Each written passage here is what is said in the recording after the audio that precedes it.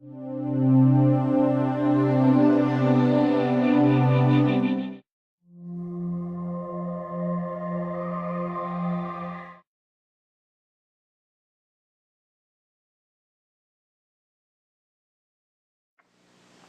everyone, my name is Christine.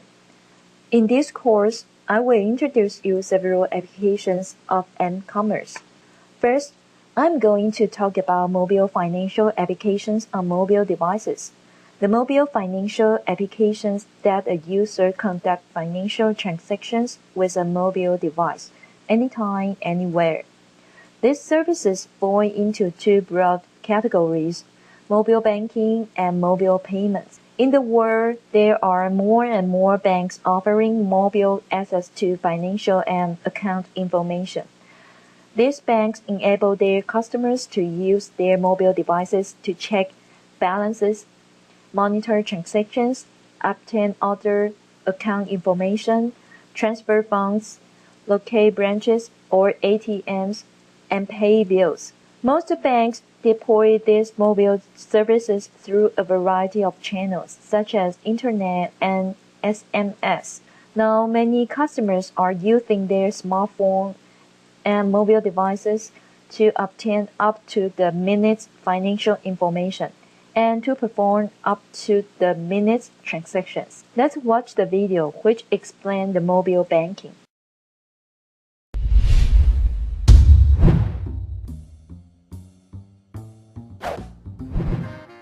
Mobile banking. Mobile banking refers to the use of a smartphone or other cellular device to perform online banking tasks while away from your home computer, such as monitoring account balances, transferring funds between accounts, bill payment, and locating an ATM. Mobile banking typically operates across all major mobile providers in the U.S. through one of three ways: SMS messaging, the mobile web, or apps developed for iPhone, Android, or BlackBerry devices. SMS messaging, or mobile text and alert, is the simplest, allowing the user to transfer funds or access account information via text message. Now, texting terminology will vary from bank to bank, but overall functionality is generally the same. For example, texting BAL, or BAL, will obtain the account balance, while TRA, or TRA, will allow inter-account transfers. Mobile web is the second mobile banking option. This option allows for checking balances, bill payment, and account transfers simply by logging into the user's account via a mobile web browser. Mobile banking apps for smartphones connect the user directly to the bank server for complete banking functionality without having to navigate a mobile web browser. For consumers, mobile banking is a terrific way to efficiently manage the occasional administrative task on the go. For small and mid-sized business owners, mobile banking allows more time for closing a sale, meeting new customers, or smoothing out back-office shipping glitches, which are very important to a business's bottom line. For banks, mobile banking is a brilliant opportunity to simultaneously woo new customers, while at the same time streamlining a number of processes to meet the fast-paced demands of the 21st century. Due diligence should be employed when relying on mobile banking, including close monitoring of your bank accounts, along with ensuring proper protection in the event that your mobile phone is lost or stolen.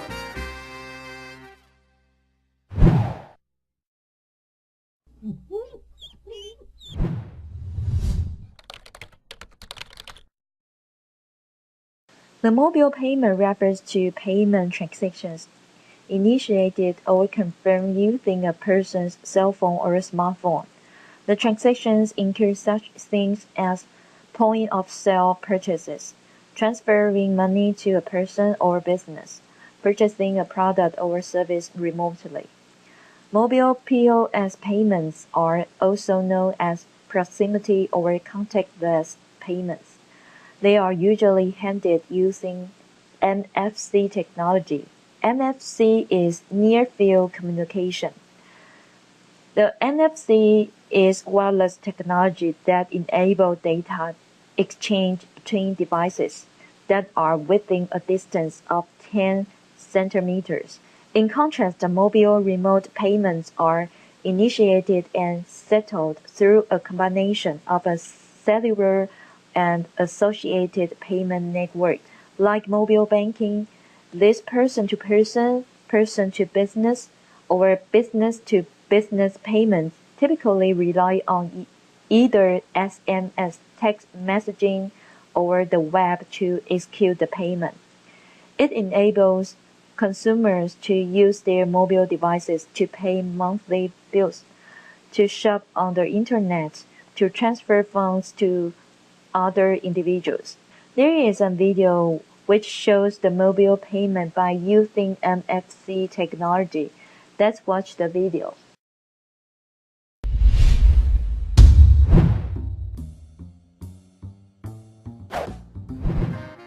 Mobile banking.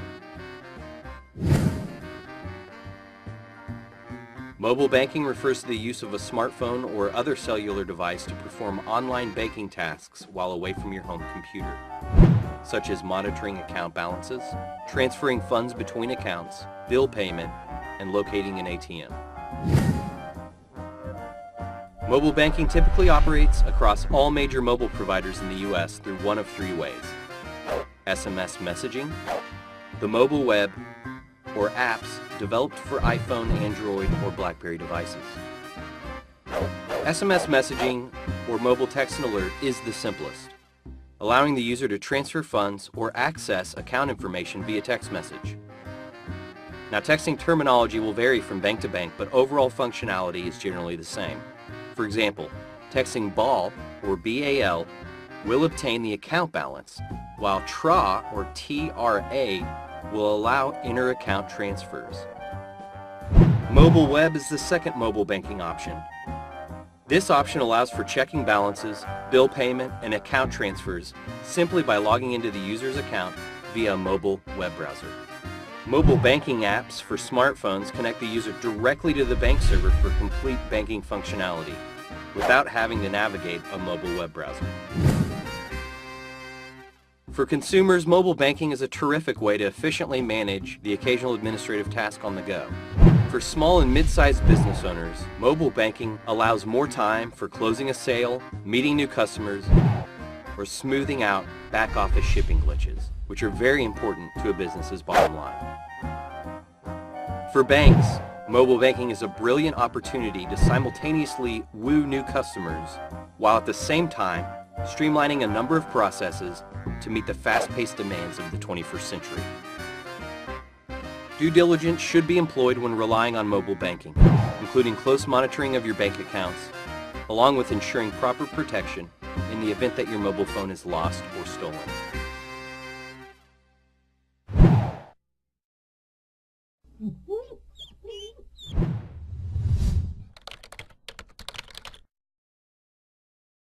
The mobile workforce solutions are used to support the mobile workers who is away from their primary workspace at least 10 hours a week or 25% of the time.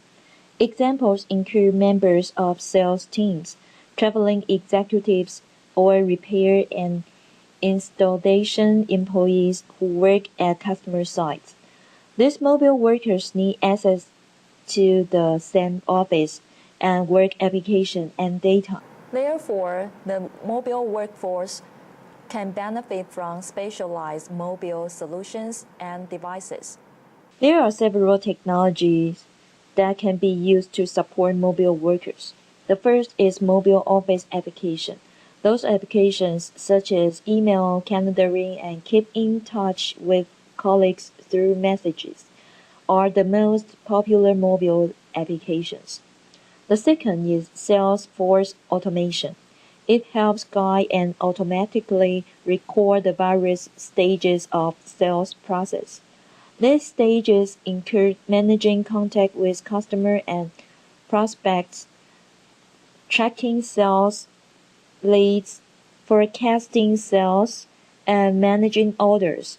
Therefore, the mobile sales can be informed about new product launches, product information, pricing schedules, order status, manufacturing schedules, inventory levels, and delivery schedules, so the mobile cells have the most current and accurate information.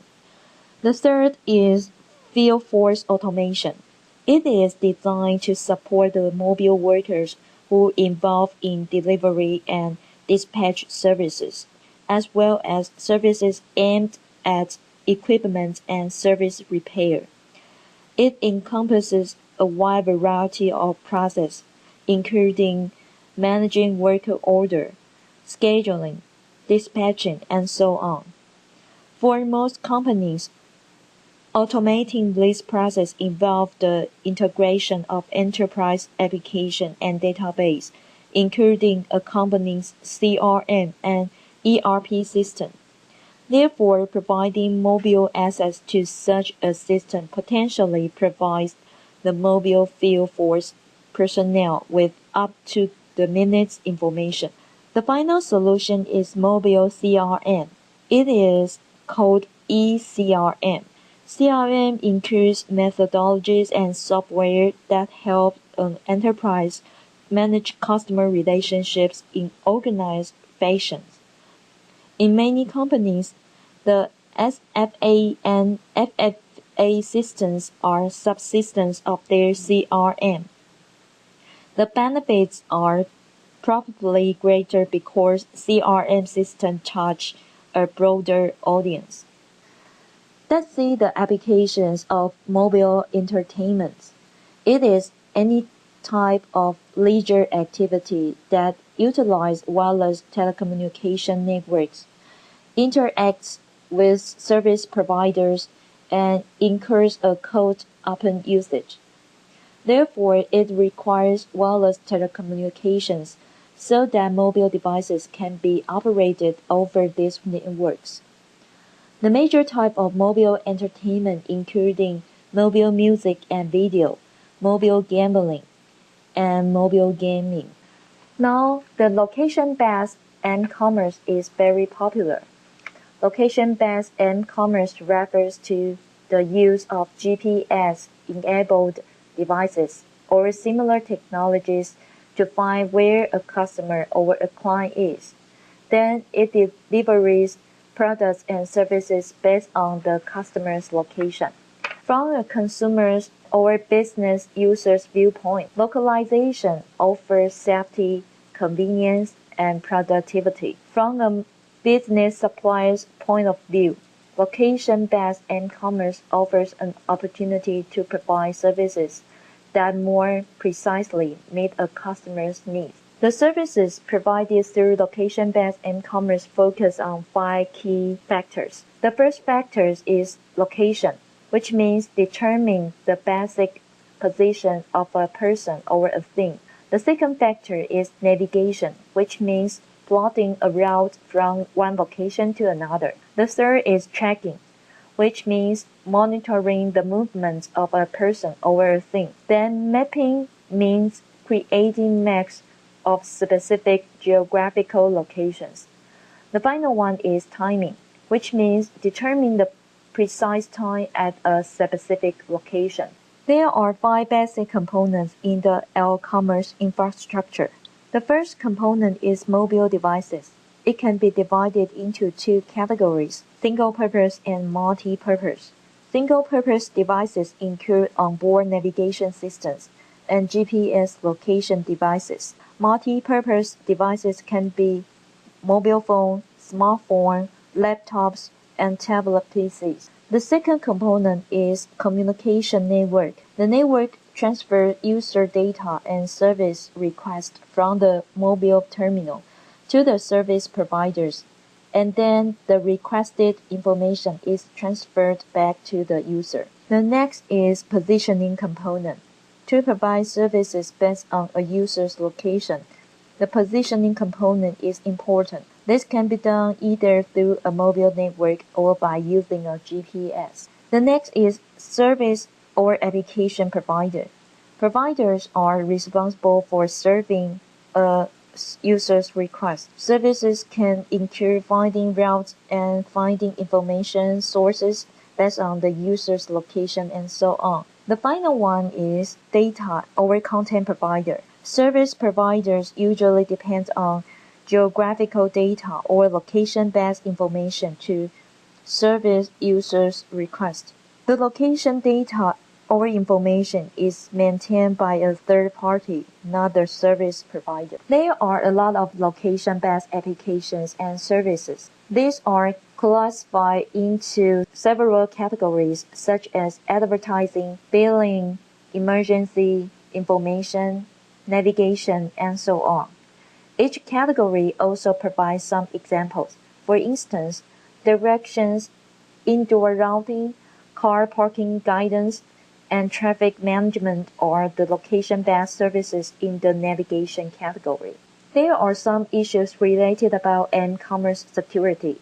The first is worms could be duplicated and spread through mobile phones, like the virus in PC. This will impact the data and the use of mobile phones. Second, open-air transmission of signals across multiple networks opens up new opportunities for compromising security. It means that the interception of a communication would happen in a wireless network. The next is that mobile devices are easily lost or stolen because of their small size. The valuable and personal data would be revealed and used by the thief.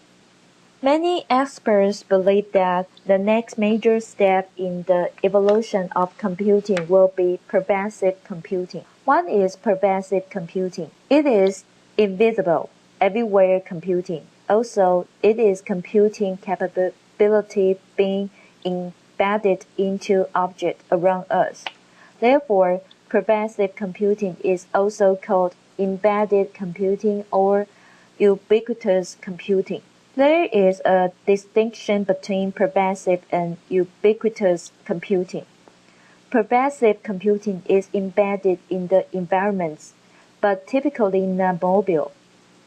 In contrast, ubiquitous computing combines a high degree of mobility with a high degree of embedded computing. In a pervasive computing environment, almost every object has processing power and a wired or wireless connection to the network. In e-commerce, a number of pervasive computing initiatives revolve around the use of RFID. RFID is radio frequency identification. It is a short-range radio frequency communication technology which uses radio waves to communicate with a reader to identify an object, or transmit and store the data about the object. The RFID text can be embedded or attached to any object, such as products, people, animal, or vehicles. There is a funny video to explain the RFID technology. Let's watch the video.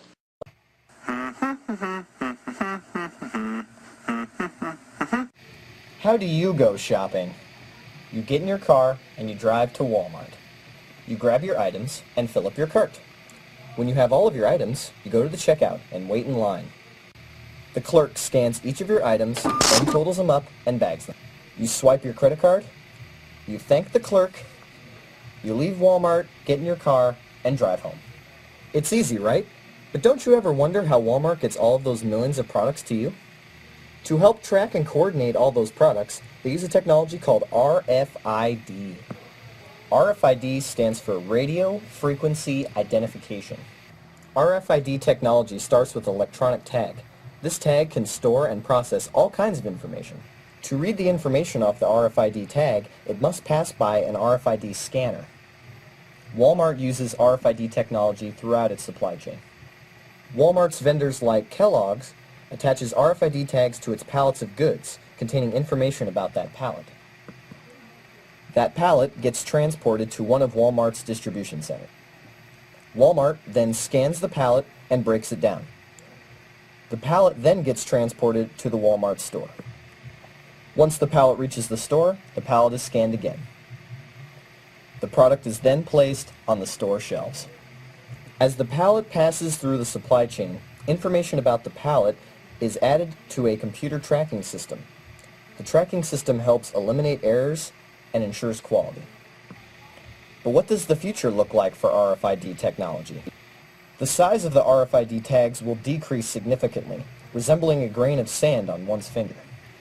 Eventually, the size and price of the RFID tags will get so low they will be incorporated into every product, thus replacing barcodes.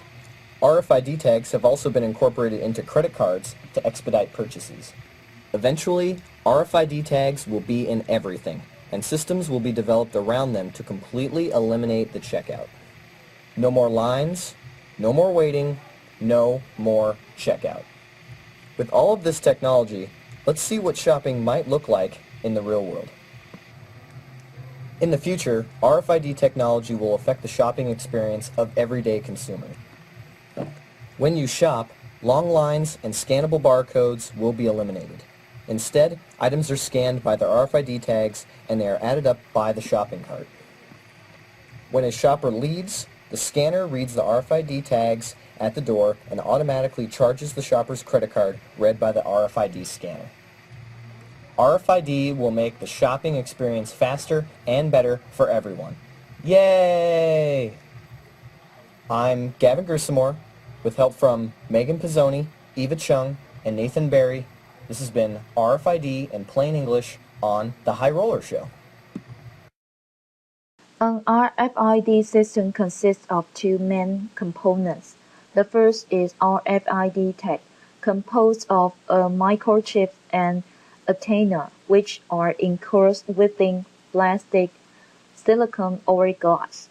The second is RFID reader, containing a radio transmitter and receiver. There are three kinds of RFID tags. Passive tags have no energy source of their own. Semi-active tags have a power source for the chips, but not for transmission. Active tags have their own power source for the chip and transmission. They all work the same way, although they differ in the amount of data they can store and the range at which they can be read. Today, the groceries and drugstores use the RFID tags with individual retail items. In these situations, barcode labels are still used with individual items, while RFID tags are being used with pallets or cases of items. In spite of the cost, RFID technology is being used in various ways and has a lot of applications. The major application of RFID technology is for tracking objects. For example, tracking and identifying people, tracking vehicles and commuters, tracking animals, tracking assets, and tracking product inventory. By far, the RFID technology is widely used in tracking individual products or items to improve inventory and supply chain management. To let you understand how the RFID works, there is a video which details the use of RFID technology in supply chains. Let's watch the video. The time factor plays a key role in the process of getting a product from its manufacturer to its point of sale, because time is money.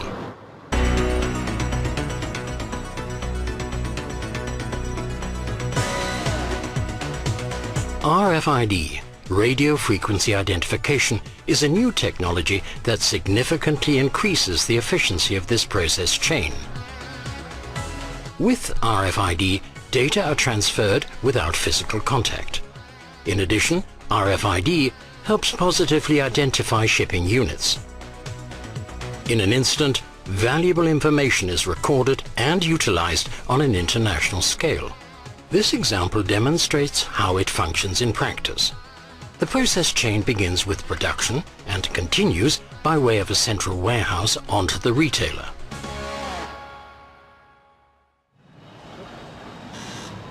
In the manufacturer's warehouse, goods are prepared for distribution to retailers. Without RFID, order picking of mixed pallets for delivery to department stores or supermarkets can be extremely time-consuming. Why? because it requires a whole series of individual steps, most of them manual.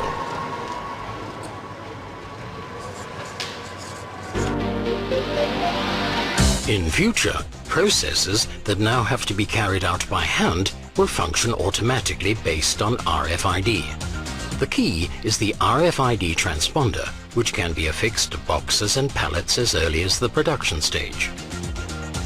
Communication between transponders and RFID readers is fully automatic. They practically do the work by themselves. Readers installed at various points in the sorting and order picking process register the electronic product codes stored on the transponders the moment they come into range. These data are immediately transferred to the central logistics and merchandise management system. Within seconds, the goods delivered are compared in detail with the goods ordered. Even transport and sorting in the warehouse can be automated in future. RFID tags indicate where each product belongs. This enables the hanger goods sorter, for example, to transport the merchandise to its intended destination. The faster the goods leave the warehouse, the more efficient the process.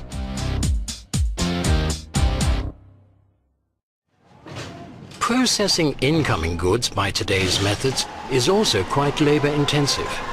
And so is warehouse management, sorting and positioning the goods, because a large proportion of the processes must be carried out manually. Here too, in the incoming goods area, RFID is set to considerably accelerate processes in future. The fully automated reader registers the relevant information as goods enter the gate. The data are transferred directly to the merchandise management system. A single reader is capable of registering up to 40 RFID transponders in 1 second. This can mean time savings of 10 minutes for each truck, a major plus in cost effectiveness, because the merchandise reaches its destination much faster, and both manpower and means of transport are utilized more efficiently. In the warehouse, forklifts and high shelves will be equipped with RFID technology, which will automatically indicate to the operator the storage position of each product. When the employee sorts the goods into the correct place, confirmation is given via touchscreen monitor. If he or she selects the wrong place for the product, an error is indicated. This way, RFID helps ensure that the goods are always in the right places, and taking inventory is as simple as pushing a button.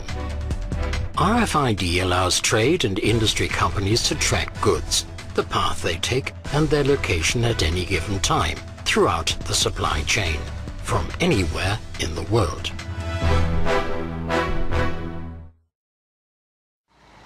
Handling incoming goods in stores is currently just as labor-intensive as the incoming goods processing we saw in the distribution center. The final leg of the journey from manufacturer to retail shelf is the path between the warehouse of the store and the sales area itself. Readily accessible, up-to-date and relevant information is essential to ensuring that a product is available at the right time and in the right place. The store's warehouse management plays a key role.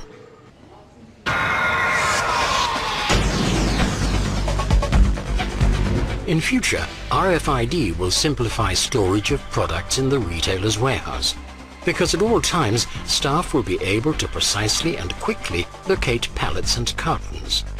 The moment the goods are removed from the warehouse, RFID readers re-register the data stored on the transponders. The merchandise management system books this movement of goods as well, and the information in the system is kept up to date. Precise and current data, anytime and anywhere, help products make their way from the manufacturer to the point of sale quickly and easily. At the same time, they provide the perfect basis for keeping goods on the shelves at all times. RFID, for more efficiency, all the way from producer to customer.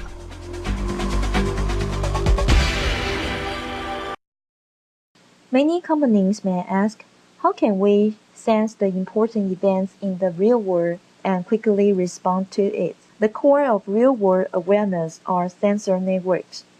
A sensor network is a collection of nodes capable of environmental sensing, local computation, and communication with its peers or with other higher performance nodes.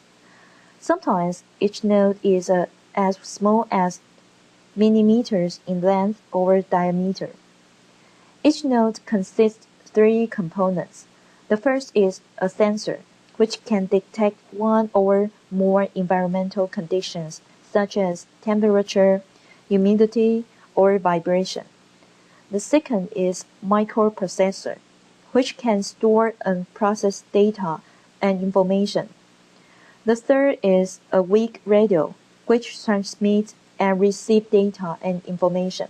Therefore, the physical goods, items, or assets which embedded the nodes of a sensory network are called smart item or smart object. The use of pervasive networking technology gives wireless sensor network a new kind of scope that can be applied to a wide range of uses. There are 3 types of monitoring being done by the sensor networks. The first type is for monitoring space, which includes environmental and habitat monitoring, indoor climate control, surveillance, treaty verification, and intelligent alarm.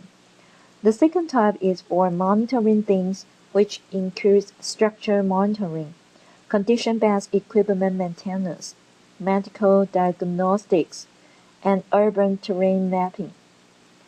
The third type involves monitoring complex interactions, include wildlife habitats, disaster management, emergency response, ubiquitous computing environments, asset tracking, healthcare, and manufacturing process flow.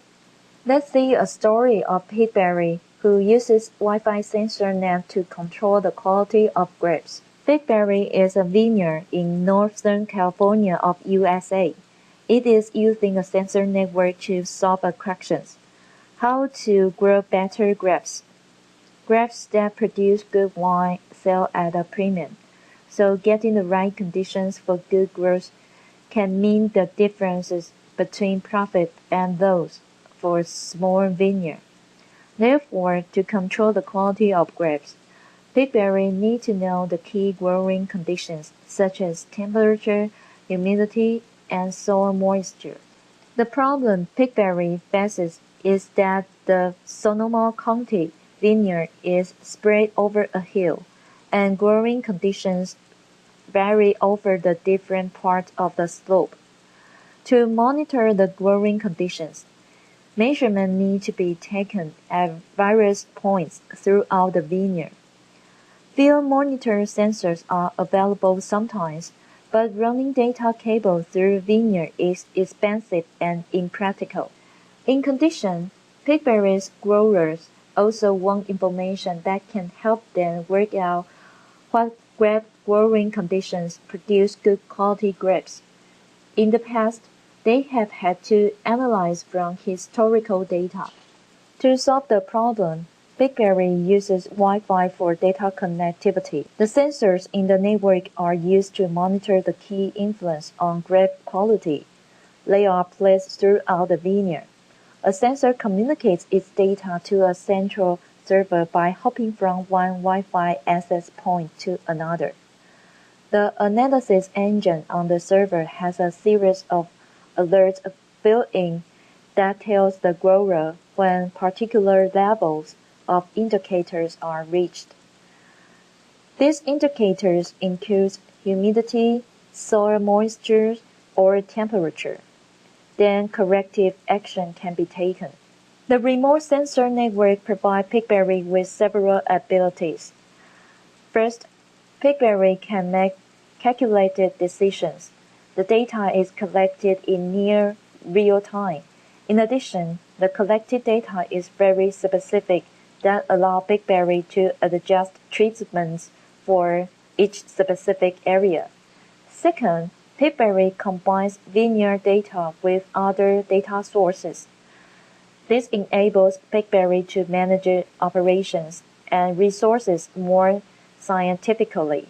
For example, soil moisture and air humidity data can be correlated with weather forecast to well supply the water for the grapes.